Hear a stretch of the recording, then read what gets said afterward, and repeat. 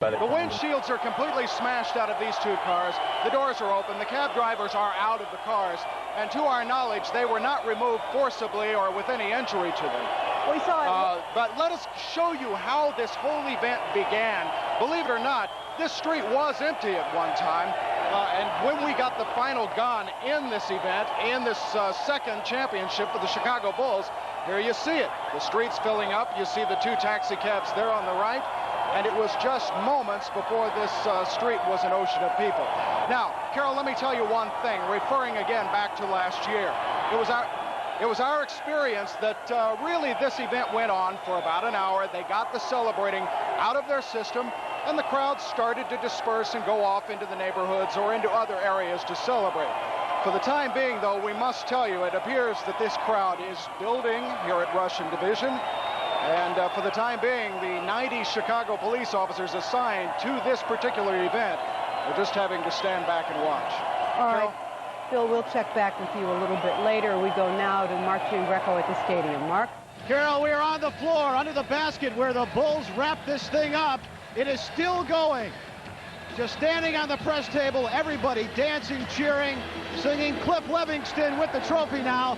The Bulls passing it down the row.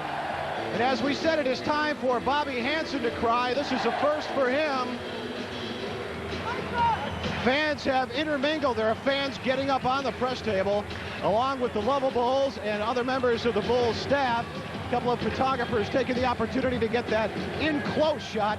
Let me move up here and see if we can get a word with someone. Started as fire extinguishers that were trained on the sidewalk after these cars were turned over in an attempt to try to clean up some of the fuel.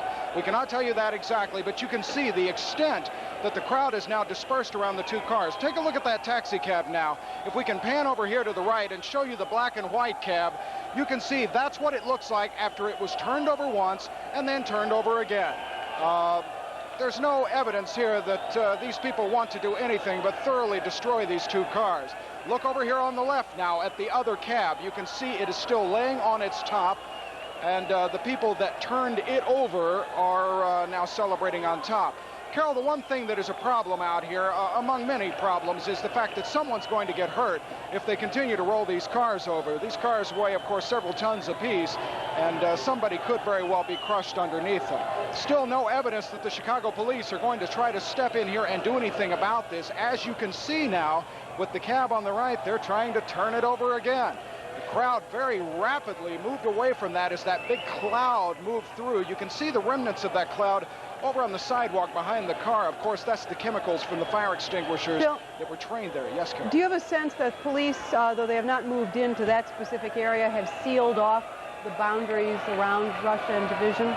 Carol, I cannot say that they have sealed